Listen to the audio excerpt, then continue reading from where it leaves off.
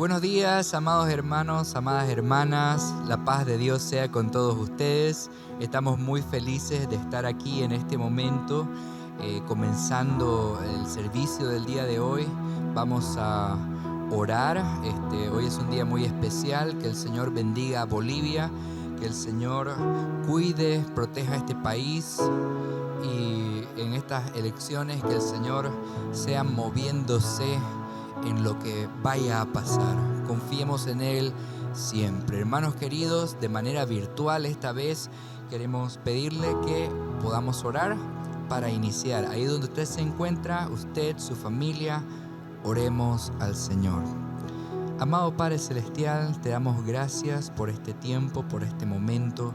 Te damos gracias porque tú eres bueno con nosotros, porque tú cuidas de nuestras vidas, porque tú eres nuestro Padre, porque sabemos que nuestra nación está en tus manos, Señor, y lo que pase el día de hoy está también en tus manos, porque tú controlas todo, tú haces que las cosas sucedan y permites que las cosas sucedan.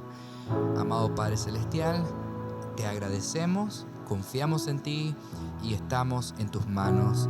En el nombre de Jesús. Amén. Hermanos queridos, la palabra del Señor dice que Dios busca adoradores en espíritu y en verdad. En espíritu quiere decir al Dios invisible, al Dios que no podemos ver.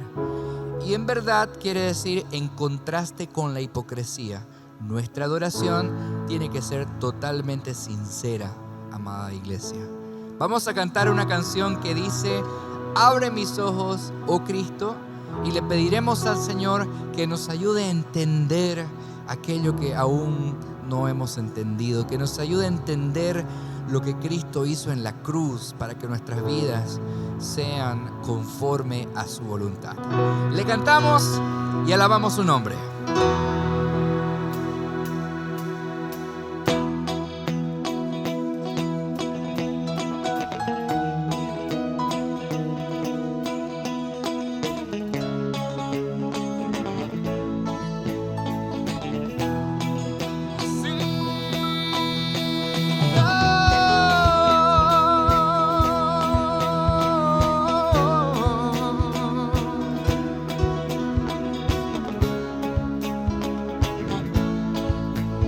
Cantamos todos juntos. Abre mis ojos, oh Cristo, abre mis ojos, te pido, yo quiero verte, yo quiero verte. Abre mis ojos, oh Cristo, abre mis ojos, te pido, yo quiero verte, yo quiero verte y contemplar tu majestad y el resplandor de tu gloria. Derrama tu amor y poder cuando cantamos Santo, Santo, y contemplar tu majestad y el resplandor de tu gloria. Derrama tu amor y poder cuando cantamos Santo, Santo. Cantemos, abre mis ojos. Abre mis ojos, oh Cristo, abre mis ojos, te pido, yo quiero verte, yo quiero verte. Abre mis ojos. Abre mis ojos, oh Cristo, Abre mis abre mis ojos. ojos, te pido, yo quiero verte, yo quiero verte y contemplar tu majestad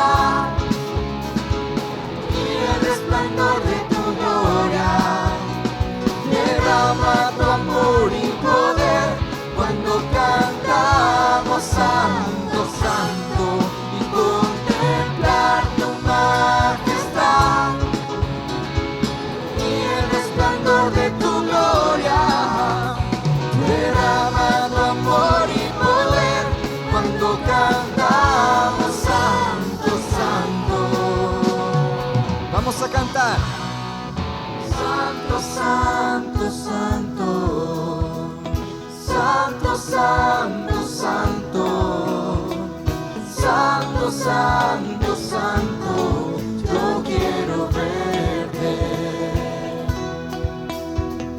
Santo, santo, santo, santo, santo, santo, santo, santo, santo, yo quiero verte y contemplar tu majestad y el resplandor de tu gloria. Derrama tu amor y poder cuando cantamos santo, santo, y contemplar tu majestad y el resplandor de tu gloria. Derrama tu amor y poder cuando cantamos santo, santo. Santo, santo, santo, tú eres santo, santo, santo, por siempre. Santo, santo, santo, yo quiero verte. Oh, santo, santo, santo, santo, santo, santo, santo, santo, santo, yo quiero verte.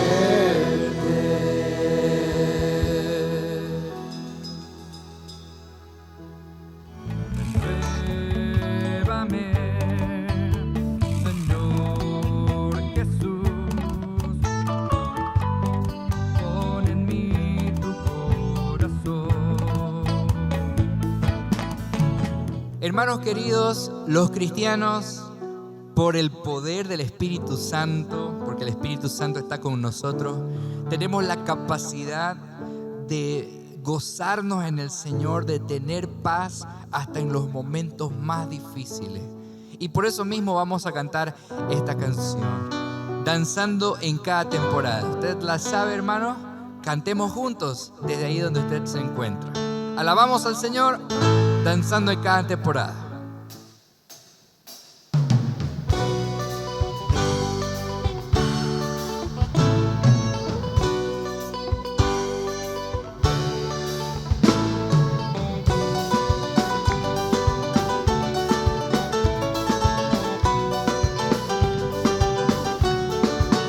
Tu palabra dice que aunque pase por el fuego no me quemaré, y si paso por las aguas no me ahogaré, aunque haya oscuridad con fe caminaré, pues tú siempre vas conmigo. Tu palabra dice, no hay justo que tú hayas desamparado.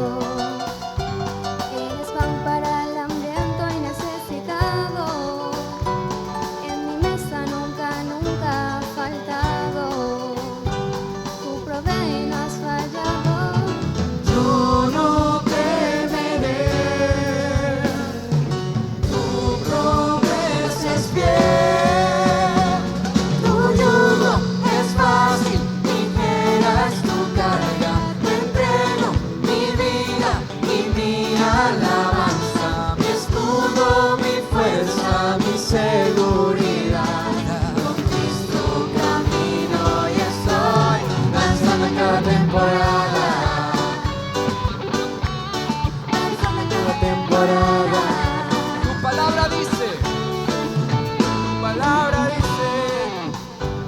Que tú oyes el clamor del quebrantado, por tu llaga en la cruz fuimos sanados, sobre toda enfermedad tú has ganado, y mi vida está en tu mano. Palabra dice que tu muerte en la cruz fue por salvarnos.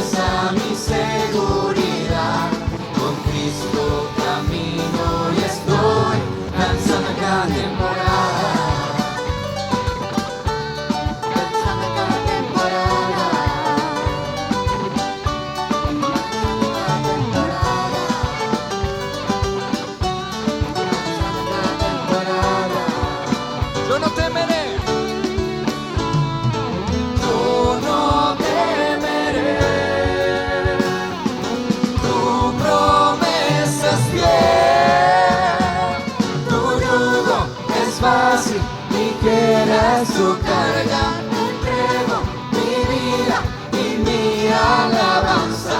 Escudo, mi fuerza, mi seguridad. Con Cristo camino y estoy danzando en cada temporada. Danzando en cada temporada. Danzando en cada temporada. Danzando en cada temporada.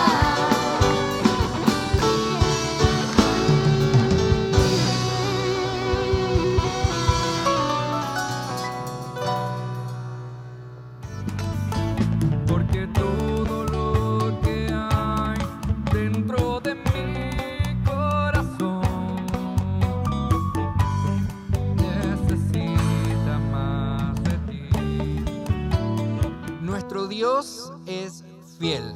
Podemos confiar en Él en todo tiempo. Él es bueno y Él cumple lo que dice. Hay muchas profecías del Antiguo Testamento que se han cumplido, incluso en el Señor Jesucristo. Y hay muchas promesas que aún no se han cumplido, pero podemos tener la plena certeza de que Dios se va a encargar de cumplirlas. Hermano querido, independientemente de cómo se encuentre usted, cuál sea la circunstancia, independientemente de cuál sea la actualidad del país, Dios es fiel y esa es nuestra esperanza. Por eso vamos a cantar esta canción, Puedo confiar en el Señor. Cantemos juntos y alabemos su nombre, porque Él es fiel.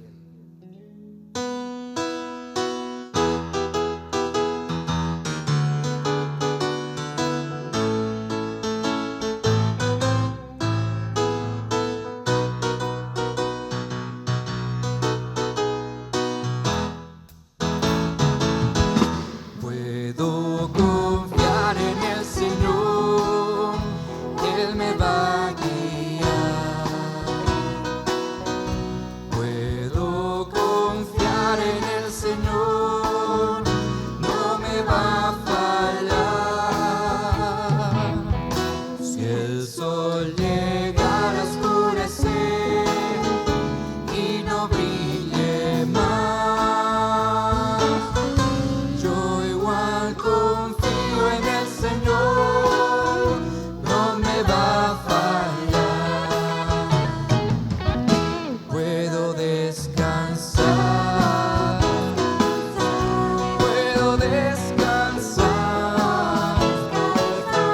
que una mansión Cristo me dará. Si el sol llegara a oscurecer y no brille más, yo igual confío en el Señor, no me va a fallar. Solo las mujeres, las hermanas cantan. Puedo confiar en el Señor, Él me va a guiar. Puedo confiar en el Señor, no me va a fallar. Si el sol llegara a oscurecer y no brille más, yo igual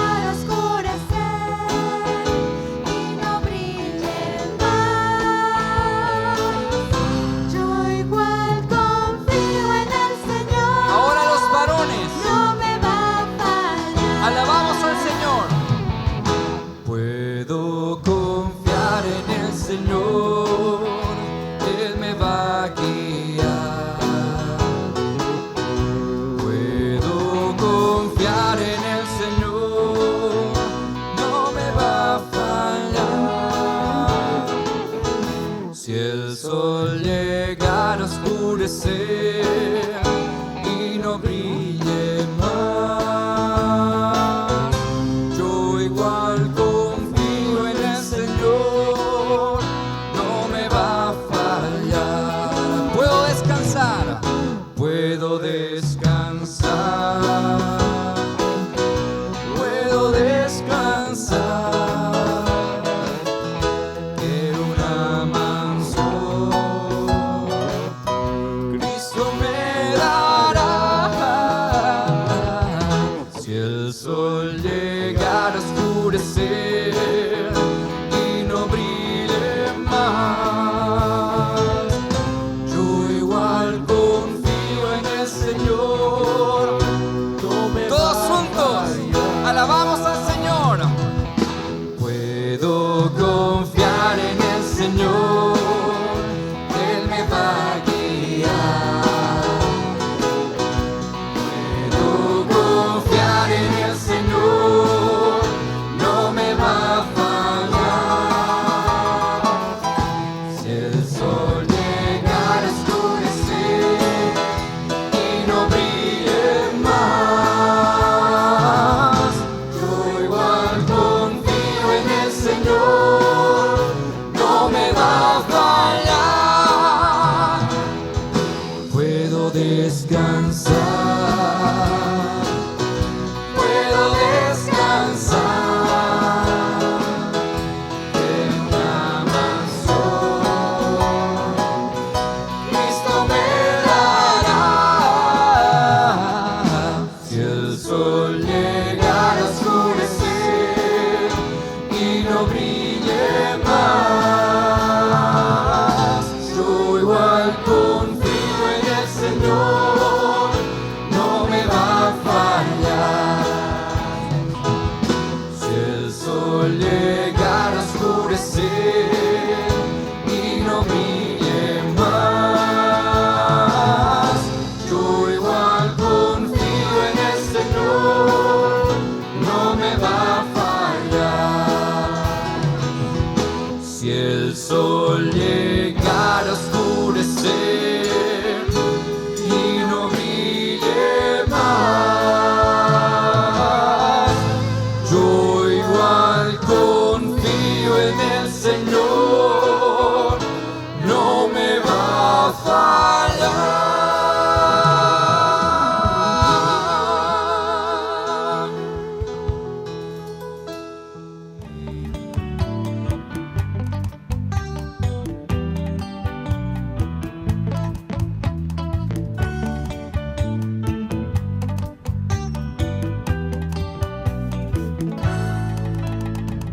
Hermanos queridos, estos son tiempos muy importantes, muy delicados para nuestro país.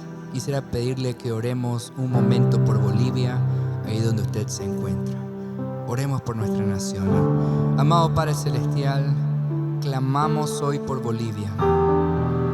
Clamamos hoy por nuestro país, por nuestra nación, que tú seas, Señor, impartiendo justicia, que cuides Bolivia, que nos ayudes a levantarnos de esta crisis. Te pedimos, Señor, gobernantes con sabiduría, que sepan gobernar, que sepan tomar decisiones en favor del pueblo, en favor de la moralidad cristiana, Señor. Queremos alabarte y darte las gracias porque tú escuchas nuestra oración. Hoy queremos cantarte esta canción, Sana nuestra tierra. Te pedimos en el nombre de Jesús. Alabamos tu nombre.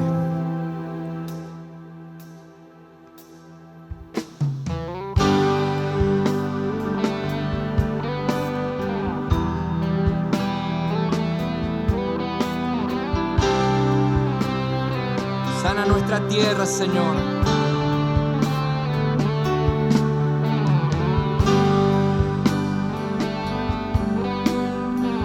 Escucha y perdona nuestra rebelión. Te alabamos, Señor misericordioso. Vengo a ti, guíame.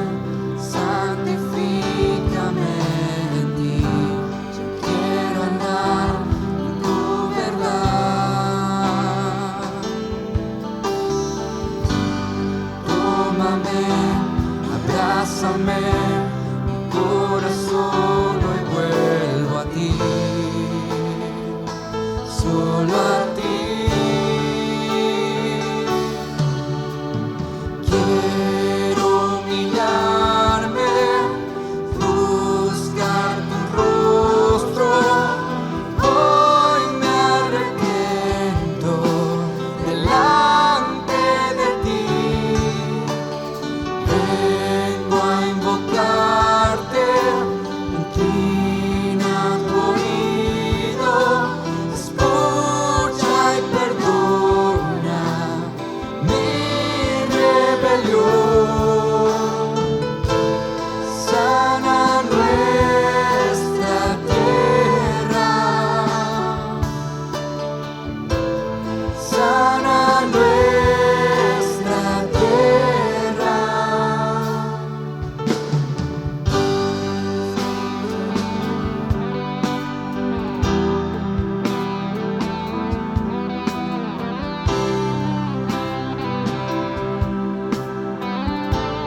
Cantamos una vez más.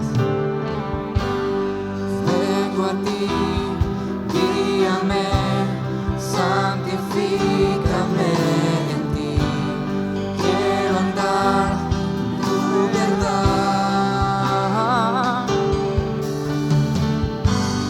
Tómame, abrázame, corazón, hoy vuelvo a ti, solo a ti. Quiero humillarme, busca tu rostro. Hoy me arrepiento delante de ti. Vengo a invocarte, inclina tu oído, escucha y perdona mi rebelión. Sana nuestra tierra, sánanos, Señor, sana nuestra tierra, Sana nuestra tierra. sana nuestra tierra. Una vez más. Sánanos. Sana nuestra tierra. Escucha hoy mi corazón. A ti levanto mi clamor.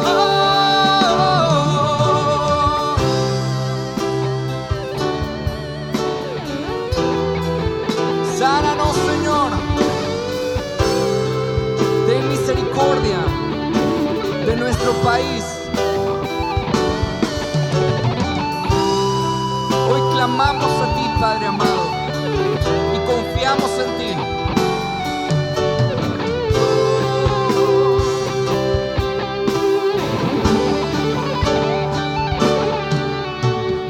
Quiero humillarme, buscar tu rostro. Hoy me arrepiento delante de ti. Vengo a invocarte, inclina tu oído, escucha y perdona mi rebelión. Sana nuestra tierra, sana nuestra tierra. Sánanos. Sana nuestra tierra, sana nuestra tierra con tu amor.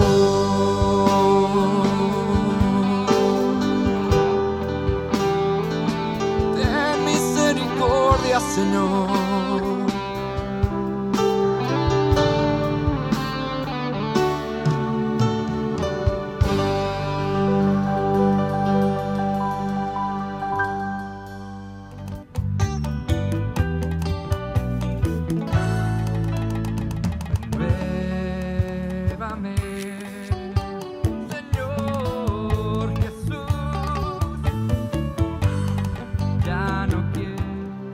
iglesia, alabemos al Señor porque Él es poderoso. Le cantamos.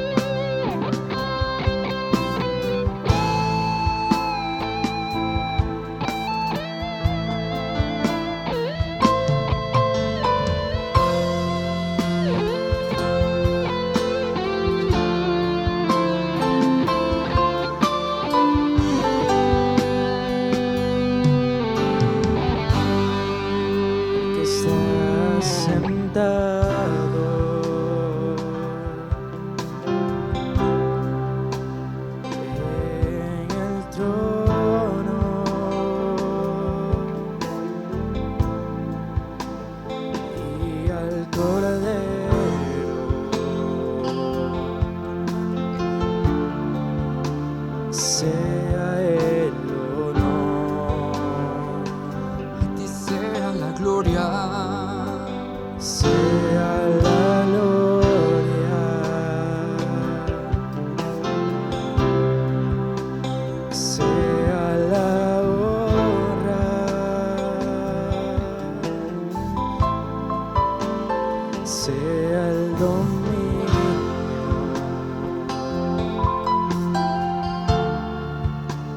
Siglos de los siglos.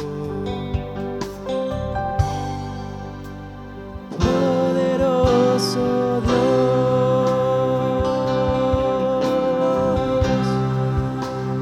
poderoso Dios,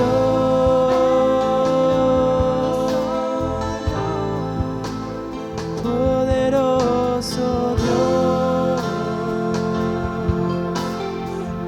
Mi alma clama por ti. cantamos todos, al que está sentado, Al que está sentado en el trono, en el trono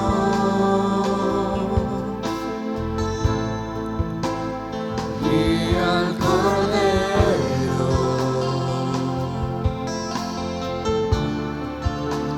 sea el honor, sea la gloria, sea la honra. cántelo fuerte. Sea el dominio por los siglos de los siglos. Por los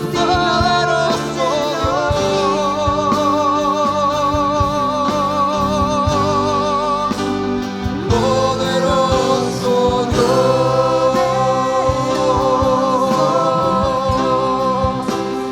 poderoso Dios,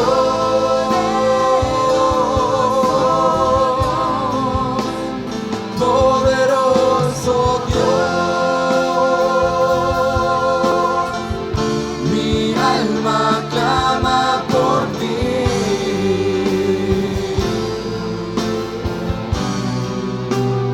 Poderoso Dios, poderoso Dios, poderoso Dios, mi alma clama por ti.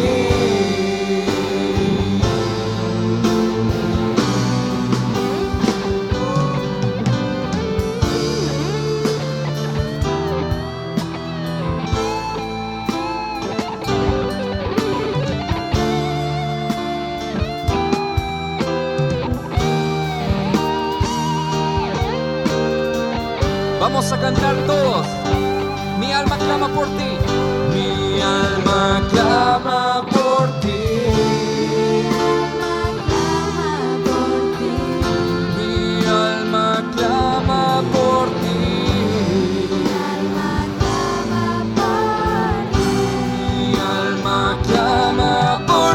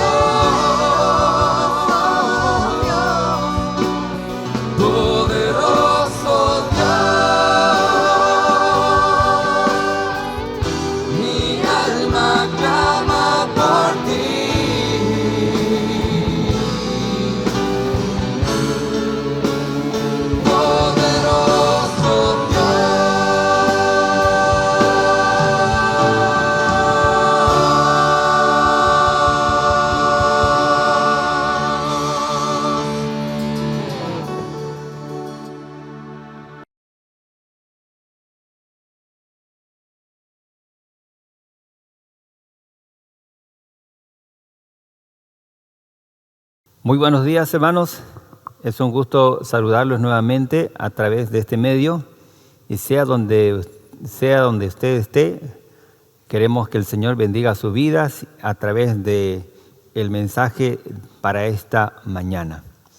Vamos a empezar entonces el tiempo de la predicación de la palabra del Señor, para el cual vamos a estar orando y así esperar que Dios pueda transmitir su palabra a cada uno de nosotros. Oramos. Bendito Padre Celestial, te damos gracias por este día, un día especial para nuestro país, en el cual, Señor, se decidirá qué personas estarán como autoridades nuevas, Señor. Pedimos por nuestro país para que esté en paz y para que todo esté en orden, Señor, y vivamos quieta y reposadamente. Padre Celestial, también pedimos por este tiempo en el cual abrimos tu palabra para entender lo que tienes preparado para nosotros en esta mañana. Por eso es que pedimos tu dirección de esta manera, Señor. Lo pedimos así en el nombre de Jesús. Amén. Indudablemente, mis hermanos, estamos viviendo en un mundo cambiante y cada vez más corrupto. No debemos permitir que cualquier otra cosa que nos desvíe de nuestro propósito pueda permanecer en nuestra iglesia. Por lo tanto, como iglesia, hoy tenemos grandes desafíos trascendentales, especialmente cuando estamos viviendo en este mundo. Sin embargo, aún podemos preguntar, ¿cuáles son los desafíos para la iglesia de hoy? ¿Qué es lo que nosotros jamás debemos dejar de hacer como iglesia? ¿Qué es lo que nos identifica como tal? Pues en esta mañana veremos 3 grandes desafíos para la iglesia de hoy. Y estos desafíos nosotros los podemos encontrar en Romanos capítulo 1, versículo 1 hasta el versículo 17, donde leemos de la siguiente manera. Pablo, siervo de Jesucristo, llamado a ser apóstol, apartado para el Evangelio de Dios, que él había prometido antes por sus profetas en las Santas Escrituras, acerca de su Hijo, nuestro Señor Jesucristo, que era del linaje de David según la carne, que fue declarado Hijo de Dios con poder según el Espíritu de santidad por la resurrección de entre los muertos, y por quienes recibimos la gracia del apostolado para la obediencia a la fe en todas las naciones por amor de su nombre, entre los cuales estáis también vosotros, llamados a ser de Jesucristo. A todos los que estáis en Roma, amados de Dios, llamados a ser santos, gracia y paz a vosotros de Dios nuestro Padre y del Señor Jesucristo. Primeramente doy gracias a mi Dios mediante Jesucristo con respecto a todos vosotros de que vuestra fe se divulga por todo el mundo, porque testigo me es Dios, a quien sirvo en mi espíritu en el Evangelio de su Hijo, de que sin cesar hago mención de vosotros siempre en mis oraciones, rogando que de alguna manera tenga al fin por la voluntad de Dios un próspero viaje para ir a vosotros. Porque deseo veros para comunicaros según o algún don espiritual a fin de que seáis confirmados. Esto es, para ser mutuamente confortados por la fe que nos es común a vosotros y a mí. Pero no quiero, hermanos, que ignoréis que muchas veces me he propuesto ir a vosotros, pero hasta ahora he sido estorbado, para tener también entre vosotros algún fruto, como entre los demás gentiles. A griegos y a no griegos, a sabios y a no sabios, soy deudor. Así que en cuanto a mí, pronto estoy a anunciaros el Evangelio también a vosotros que estáis en Roma, porque no me avergüenzo del Evangelio, porque es poder de Dios para salvación a todo aquel que cree, al judío primeramente y también al griego, porque en el Evangelio la justicia de Dios se revela por fe y para fe, como está escrito, mas el justo por la fe vivirá. Este es un pasaje central en la escritura que hace Pablo a los romanos. Este es un pasaje que habla acerca de los desafíos que tiene la iglesia para el día de hoy. Y en esta ocasión vamos a ver que el primer desafío que Pablo habla o se registra en esta carta es el de que nosotros como iglesia reconozcamos nuestra identidad en Cristo. Entonces, para la iglesia de hoy, su primer desafío es reconocer su identidad en Cristo. En el versículo 1 al versículo 7, Pablo justamente está haciendo eso. mostrando qué es lo que es Él para Cristo, cuál es su identidad en este sentido. Pablo dice ahí, soy siervo de Jesucristo, llamado a ser apóstol, apartado para el Evangelio de Dios. Esas son sus credenciales, esa es su identidad. Eso es como decir su carnet de identidad espiritual que Pablo tiene delante del Señor. ¿Para qué sirve entonces nuestra identidad? ¿Para qué sirve el que nosotros tengamos identidad hablando de manera local, hablando secularmente? ¿Cuán importante es que nosotros tengamos claro cuál es nuestro nombre, de dónde nosotros procedemos y cuáles son nuestras características? Pues bien, la identidad precisamente nos ayuda a tener eso en cuenta, a conocer cuál es nuestro origen, cuáles son nuestras características, cuáles son nuestros beneficios, cuáles son nuestros privilegios y la misión inclusive de nuestra vida. Un documento de identidad que nosotros tengamos ayuda a entender claro todas estas cosas. Por eso, hermanos, es que nosotros necesitamos sacar carnet de identidad, sacar documento de identidad. Los niños deben de tener su identidad clara, deben de saber cuál es su procedencia, porque eso le va a clarificar inclusive cuál es su propósito para vivir en este tiempo. ¿Y para qué sirve entonces nuestra identidad en Cristo? ¿Para qué sirve? ¿Qué es lo que somos delante del Señor? ¿Y para qué me sirve conocer eso que soy delante del Señor? Pues bien, como le había mencionado, Pablo en los primeros versículos al escribir esta carta dice claramente como parte de su identidad, en primer lugar dice, soy siervo de Jesucristo. Capítulo 1, en la primera parte del versículo 1 dice, soy siervo de Jesucristo. En este caso, Pablo está identificándose como siervo del Señor. Notemos que esta palabra siervo en el original es doulos. Y doulos se refiere a una persona que está sometida a la voluntad y al servicio de otra sin tener libertad propia. En este caso, en el Nuevo Testamento, doulos se utiliza a menudo para describir la relación entre los creyentes y Jesucristo, donde se asume una posición de total sumisión y servicio al Señor. Ese es el sentido de la palabra doulos. Por eso es que inclusive algunas otras versiones lo pueden traducir como esclavo, porque el siervo aquí no tiene libertad propia para decidir, como que está obligado en ese sentido a seguir al Señor y no puede evitarlo. Ese es el sentido de doulos. Y Pablo dice acá, yo soy doulos del Señor. Yo soy siervo del Señor. No tengo voluntad propia. Estoy en este mundo para servir al Señor. Entonces, eso clarifica cuál es su propósito también en esta vida. Eso clarifica cuál es su función en este sentido. Eso identifica claramente cuál es su relación con el Señor. La relación es de el sirviente y con el Señor, que en este caso es su amo y al cual debe de servir sí o sí. Entonces, Pablo sabe qué es lo que tiene que hacer de acuerdo a su identidad como siervo del Señor. Simplemente servirle de todo corazón al Señor. Pero también dice Pablo que no solo que es siervo de Jesucristo, sino también dice llamado a ser apóstol. Y en este sentido, la palabra apóstol es un sustantivo que en griego es apóstolos, que significa alguien enviado por otro, a menudo con una comisión especial para presentar o representar a otro y llevar a cabo una misión específica. Puede ser una persona, puede ser un delegado, puede ser un comisionado, un embajador o un enviado en una misión, con órdenes o comisión, pero con la autoridad del que lo envió. No solamente es un mensajero, es un comisionado que todo lo que él hace se va a respetar porque tiene la autoridad del que lo comisionó. Ese es un apóstol. Y Pablo dice que es un apóstol justamente llamado por el Señor Jesucristo con esa función de ser el embajador de Cristo, de ser el embajador del Señor, de ir a los lugares donde no se había predicado todavía el Evangelio e ir ahí precisamente para anunciar.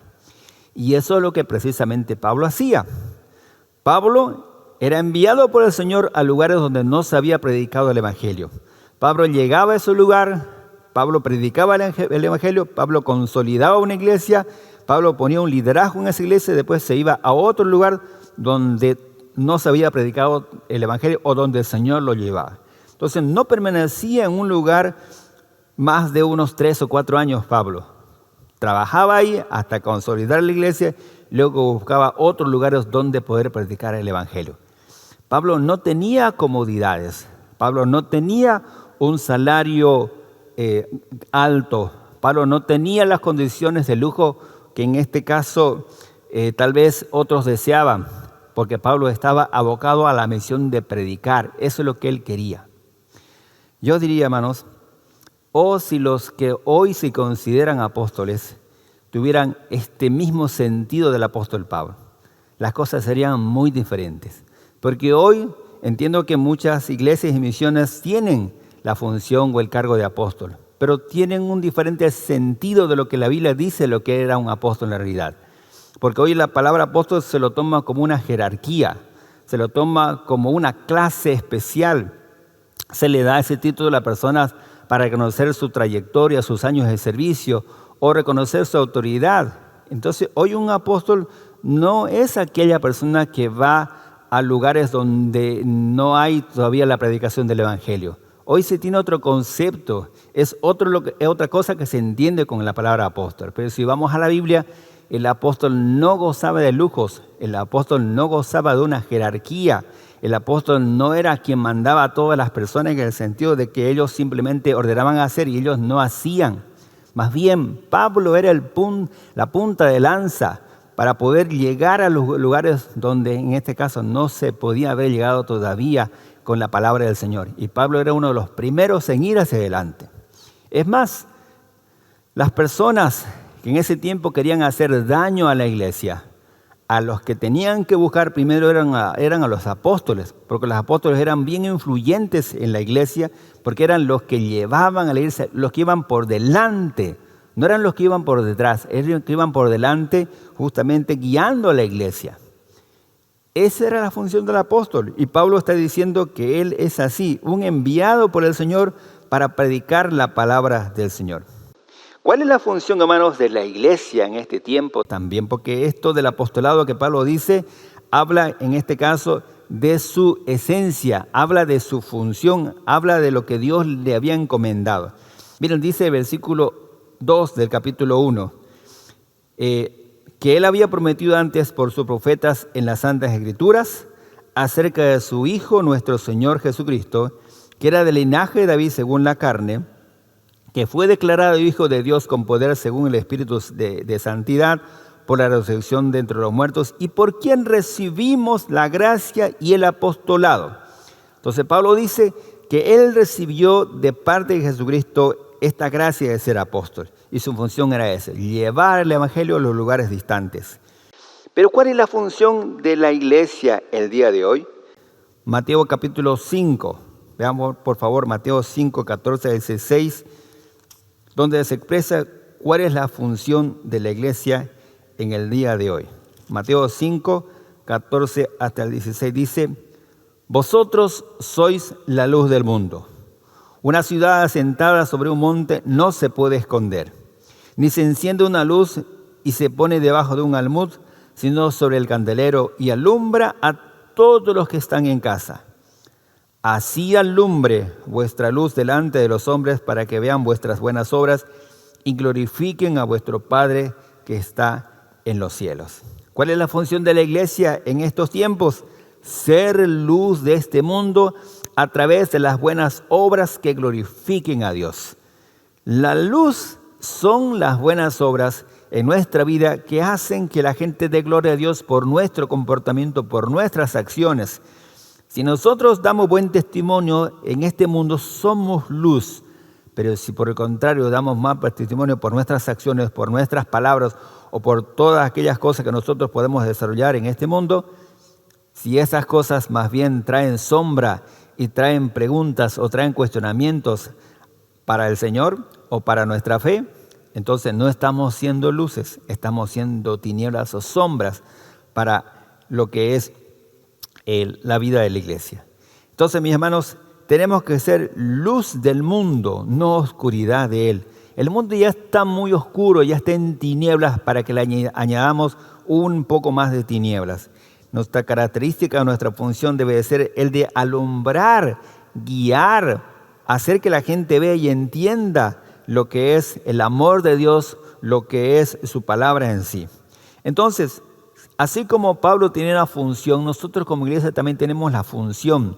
Pablo era el del ser apóstol, pero nosotros como iglesia es el de ser luces para que la gente pueda entender que este es el camino, que Jesús es la vida, que Jesús es la puerta para la salvación. Entonces, ¿realmente estamos siendo luces en este mundo, en estos tiempos? ¿Nuestra vida puede relucir así? ¿Nuestras obras muestran a Cristo Jesús? ¿O más bien lo esconden? ¿O más bien son sombras o tinieblas que mostramos a las personas? Todo oculto, todo misterioso, y que la gente no sabe lo que nosotros desarrollamos en nuestra vida privada, en nuestra vida, especialmente cuando no estamos en público, o somos iguales cuando estamos en público y cuando estamos viviendo privadamente. Dios quiere que seamos luces en nuestra vida privada, en nuestra vida pública, donde sea que estemos, porque la luz tiene que irradiar todo el tiempo, no solamente cuando es en un lugar en particular. Dios quiere que nosotros así podamos desarrollar nuestra vida para la gloria y la honra de nuestro Señor. También dice la Biblia que nosotros somos, según nuestra identidad en Cristo, apartados para el Evangelio. Dice ahí capítulo 1, versículo 1, apartado para el Evangelio del Señor. Entonces, Pablo tenía una misión, estaba apartado para el Evangelio y era elegido por gracia. Miren, apartado para el Evangelio de Dios por gracia y elegido para comunicar el Evangelio. Es decir, estaba prometido por los profetas y había sido Jesús en la esencia del Evangelio.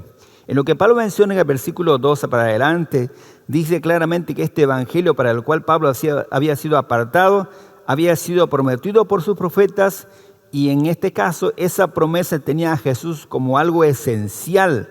La esencia del Evangelio es Jesús. No puede apartarse a Jesús del Evangelio.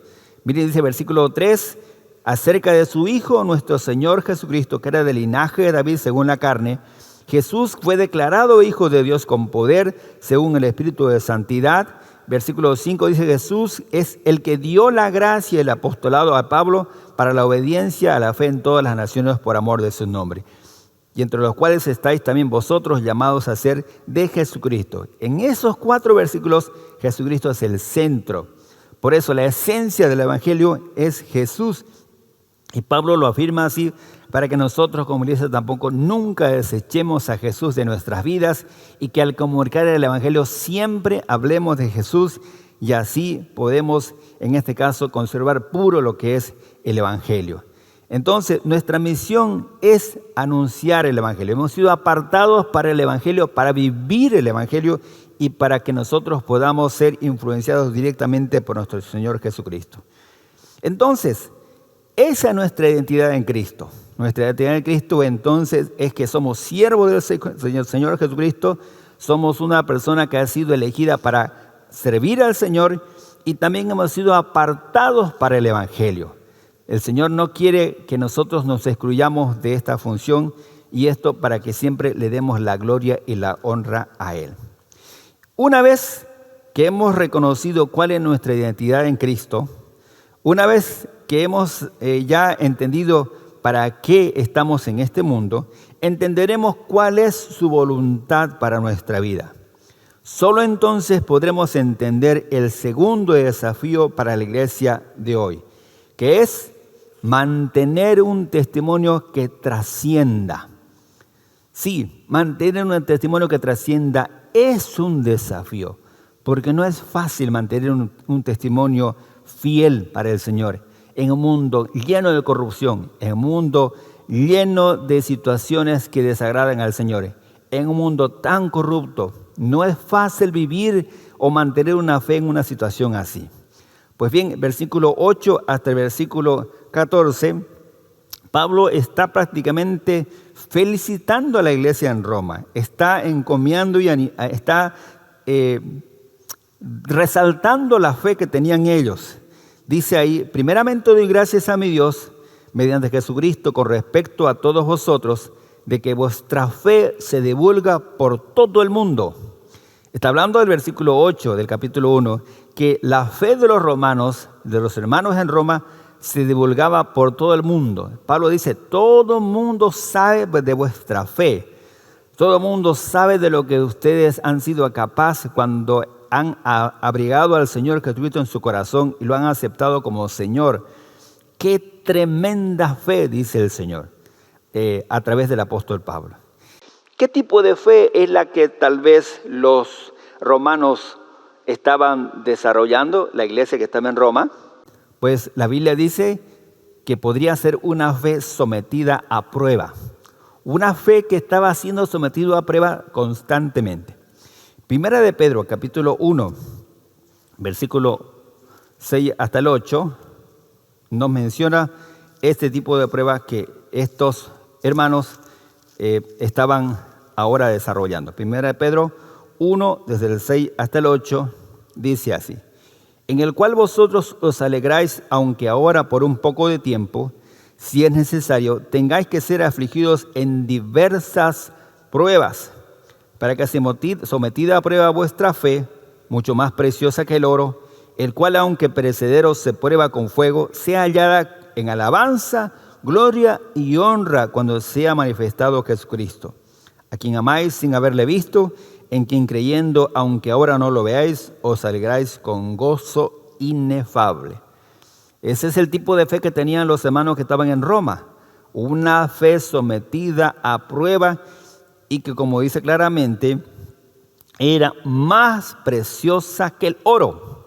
Así era la fe de los romanos, de estos hermanos que estaban viviendo ahí, una fe de oro.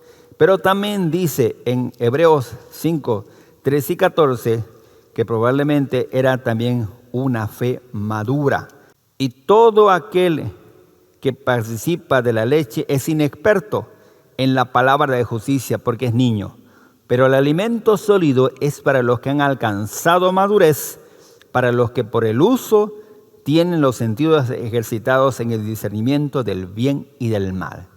Es muy posible que los hermanos en Roma hayan tenido este tipo de fe también, una fe madura, una fe que en este caso estaba listo para decir el alimento sólido, una fe que podía discernir el bien y el mal, una fe que tenía la posibilidad de entender la voluntad del Señor claramente.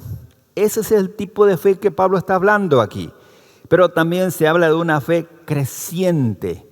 Marcos capítulo 4 del 30 al 32 nos habla así precisamente de este tipo de fe que los hermanos en Roma estaban desarrollando. Marcos 4, 30 al 32 dice de la siguiente manera: decía también, ¿a qué haremos semejante el reino de Dios? ¿O con qué parábola lo compararemos? Es como el grano de mostaza que cuando se siembra en tierra es la más pequeña de todas las semillas que hay en la tierra. Pero después del sembrado crece y se hace la mayor de todas las hortalizas y echa grandes ramas de tal manera que las aves del cielo pueden morar bajo su sombra. Así era la fe de los hermanos en Roma. Una fe que crecía cada día, una fe que empezó de manera muy pequeña, pero que después se fue desarrollando y que en este caso, como dice la parábola, llegó a ser nido de las aves, llegó a ser morada de muchos animales ahí, porque sus ramas se extendieron y llegó a cobijar a muchos tipos de animales esa hortaliza o ese árbol que después llegó a ser. Así es la fe de una persona madura. Así es la fe de alguien que se va conociendo más al Señor, que empieza pequeño, pero que después se desarrolla y se hace más grande y bendice a otras personas y anima a otras personas por su testimonio, por las características de su fe.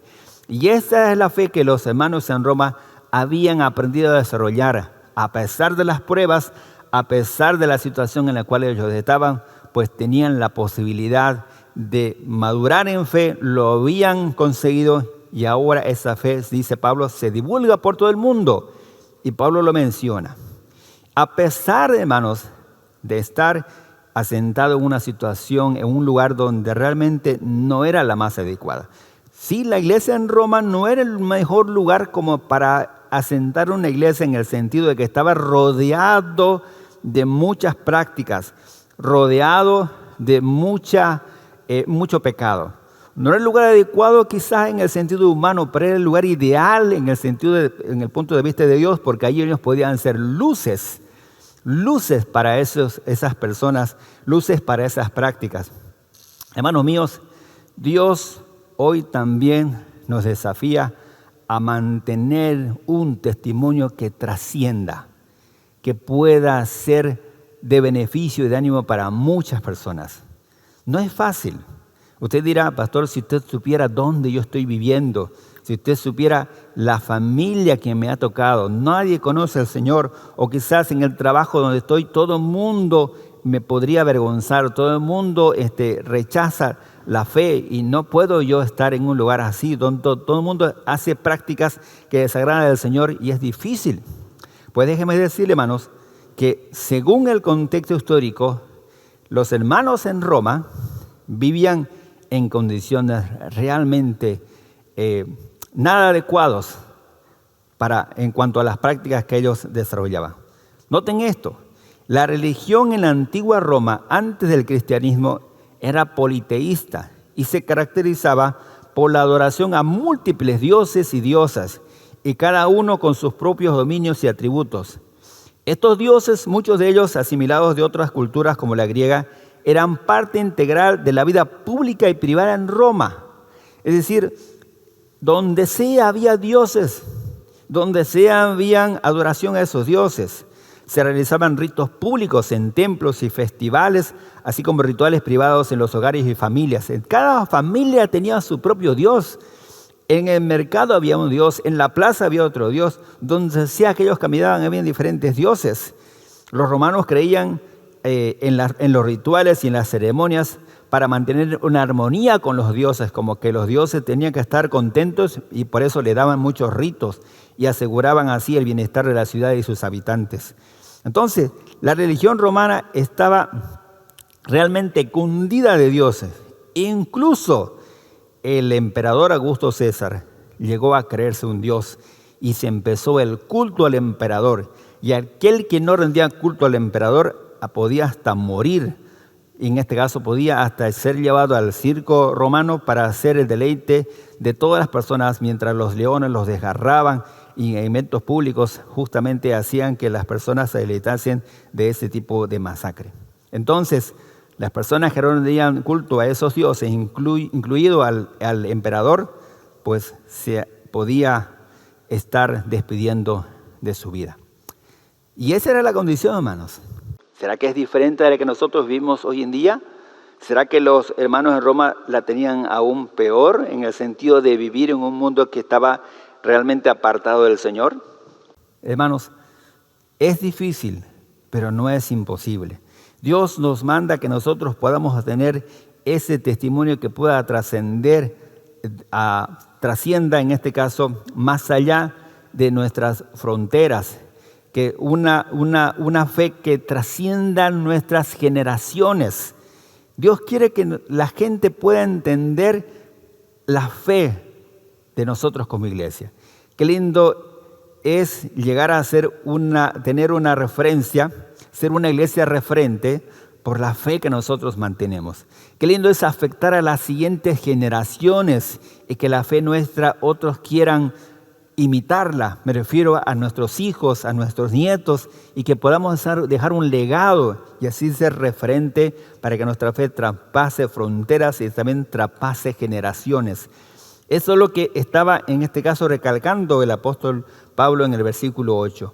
La fe que se divulga por todo el mundo. Porque testigo me es Dios, dice el versículo 9, a quien sirvo en mi espíritu en el evangelio de su Hijo, de que sin cesar hago mención de vosotros siempre en mis oraciones. Es decir, Pablo estaba aquí diciendo que no solamente tenemos que mantener nuestra fe, también tenemos que ser fortalecidos por las intercesiones.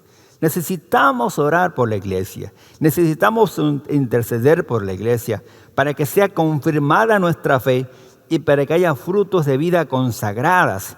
Pablo dice, no ceso de orar por ustedes para que en este caso ustedes continúen con esa fe.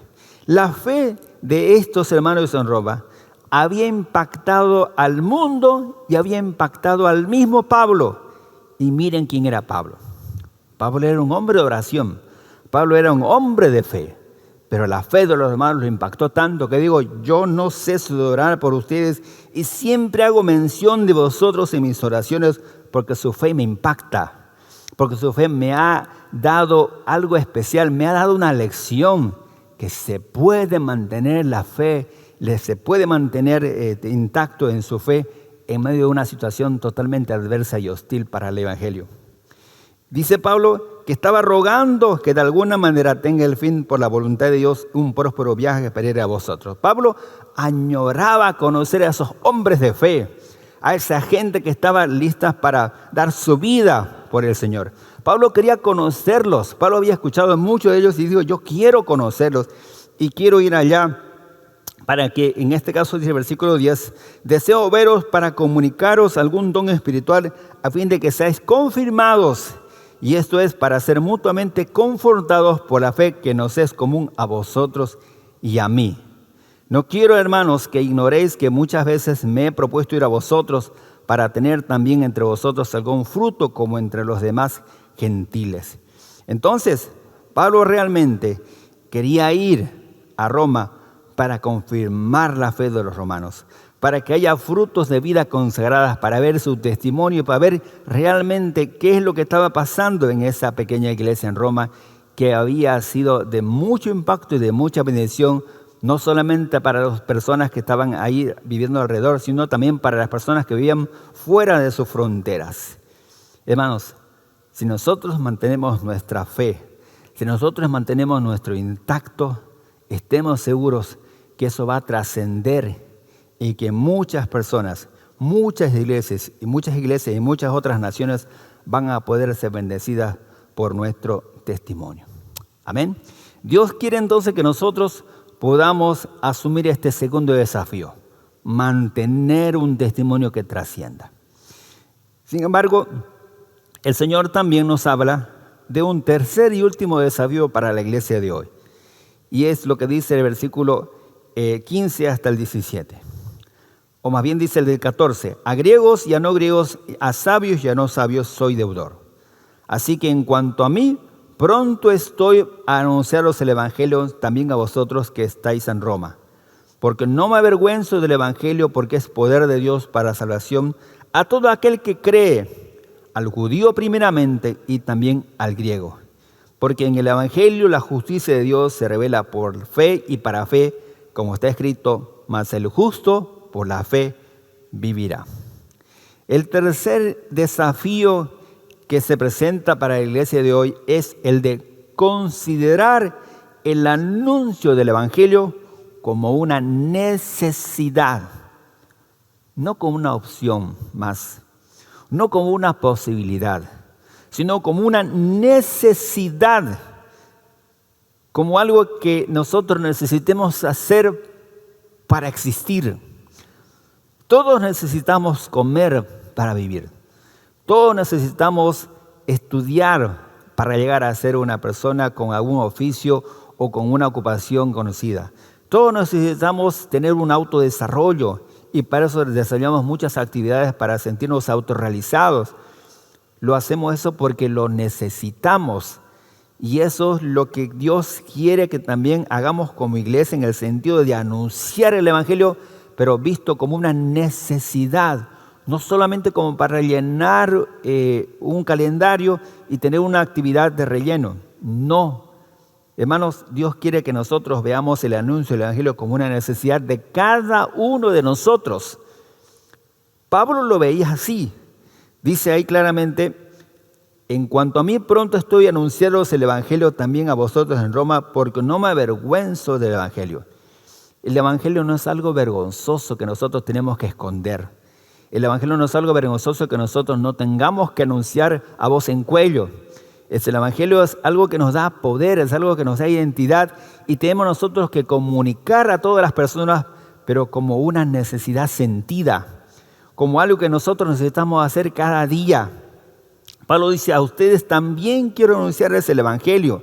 Quiero enseñarles acerca de Jesucristo. Quiero enseñarles acerca de la salvación.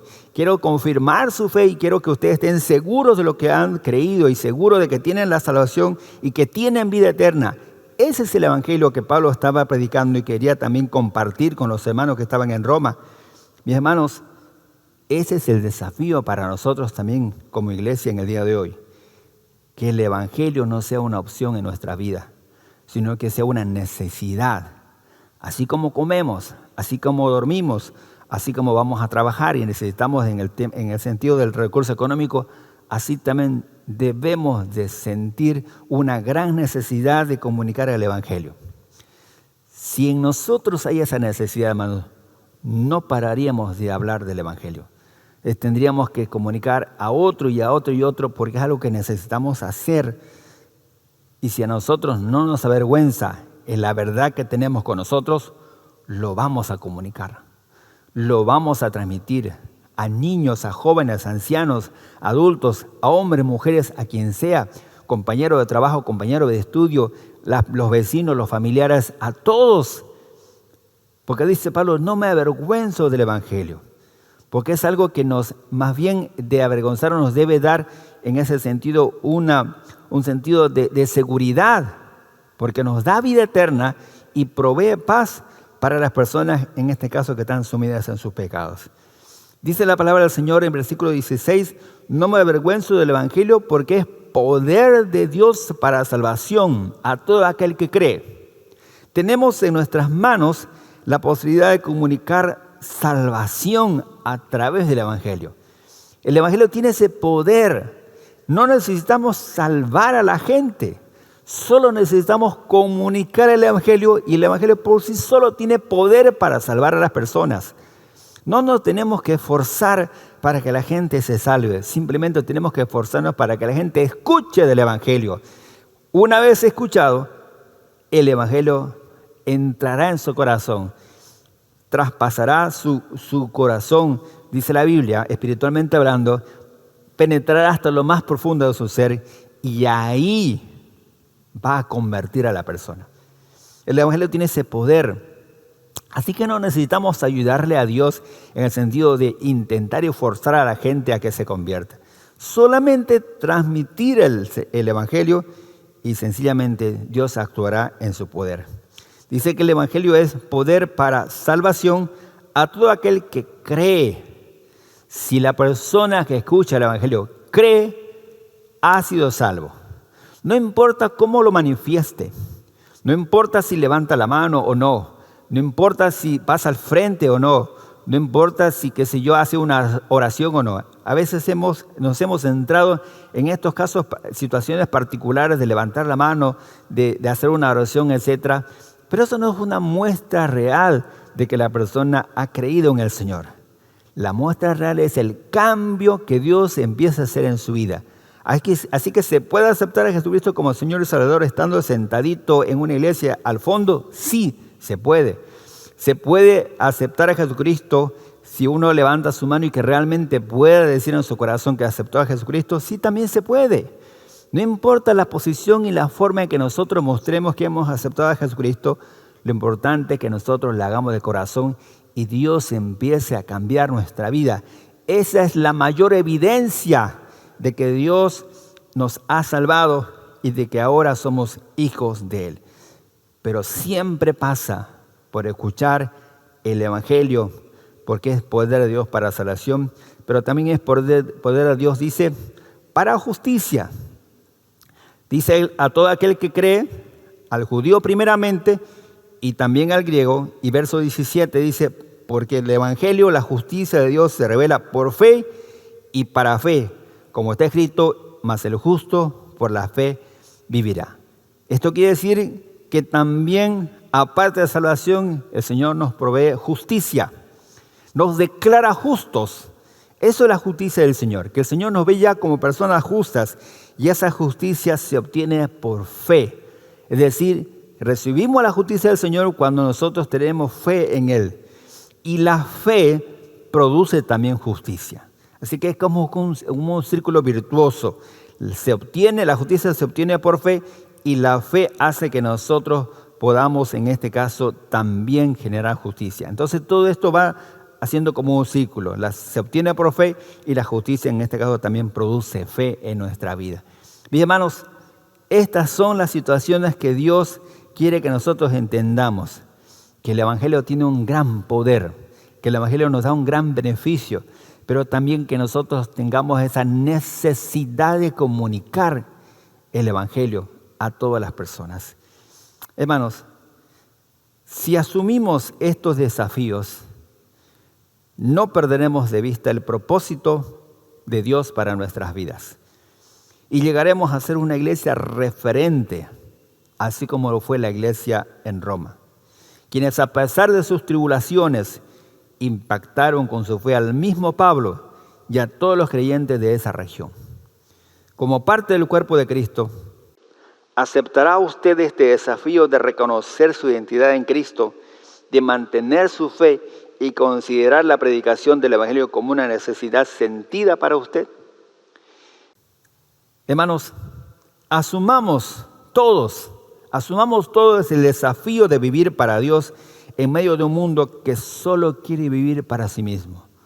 Asumamos todos diciéndole al Señor, quiero servirte, quiero aceptar este desafío de estar siempre reconociendo qué es lo que soy para ti, de mantener mi testimonio y de comunicar el Evangelio, de necesitar siempre hablar del Señor a otras personas.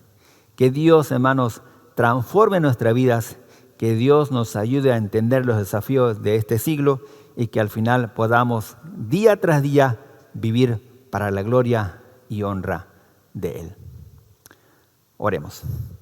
Padre Celestial, queremos darte gracias por tu bendita palabra, gracias por el desafío de esta mañana y te damos la gloria y la honra, Señor, por lo que tú haces en nuestra vida.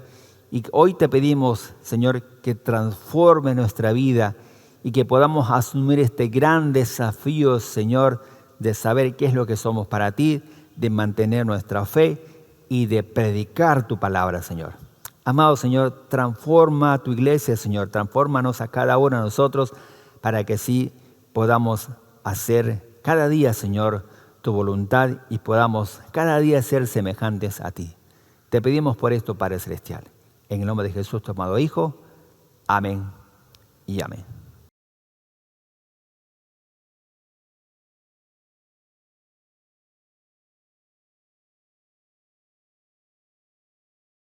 Iglesia del Señor, los invito a que podamos leer nuevamente un versículo del mensaje de esta mañana que se encuentra en Primera de Pedro 2:5. Primera de Pedro 2:5 dice: vosotros también, como piedras vivas, sed edificados como casa espiritual y sacerdocio santo, para ofrecer sacrificios espirituales aceptables a Dios por medio de Jesucristo. Uno de estos sacrificios, queridos hermanos, es la ofrenda. Nuestra generación ya no ofrece una ofrenda de animales como en la antigüedad. Nosotros ofrecemos nuestro tiempo, nuestros recursos, nuestros talentos, nuestra obediencia y nuestra vida. Como real sacerdocio, dar la ofrenda es un acto de adoración y honra a Dios, una responsabilidad sagrada que tenemos usted y yo, una expresión de identidad.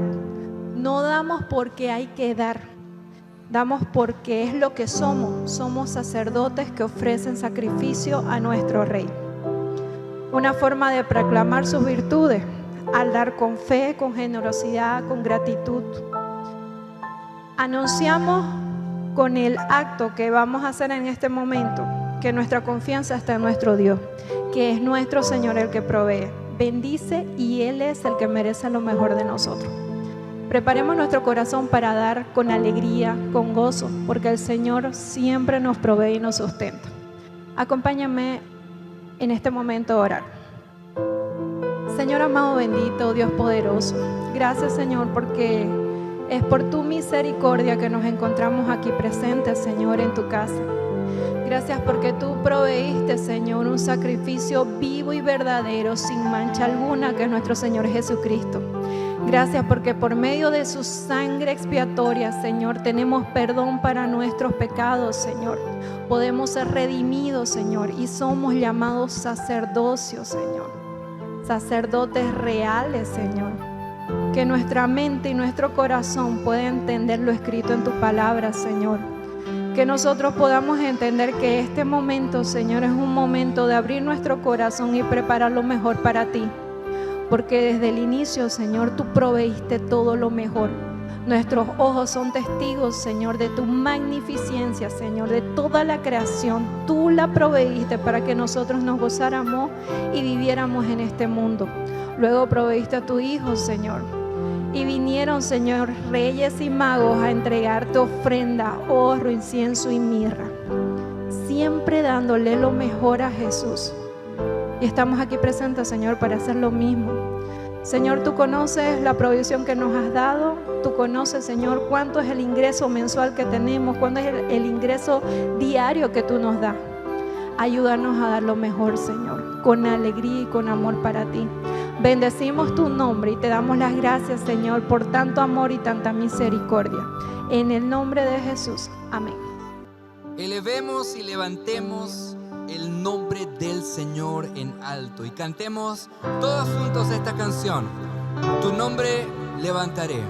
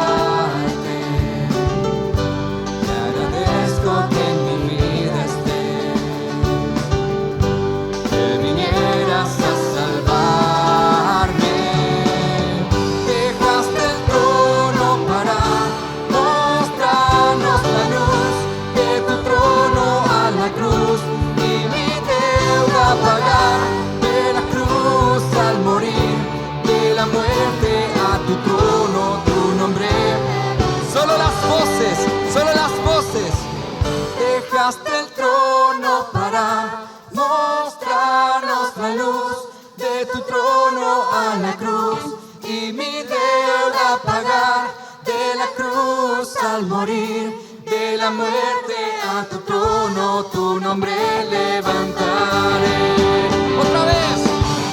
Dejaste el trono para mostrarnos la luz, de tu trono a la cruz, y mi deuda pagar, de la cruz al morir, de la muerte a tu trono, tu nombre levantaré,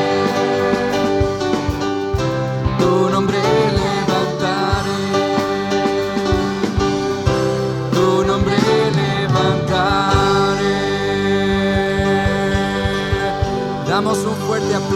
donde usted se encuentra, hermanos queridos, alabado sea el nombre del Señor.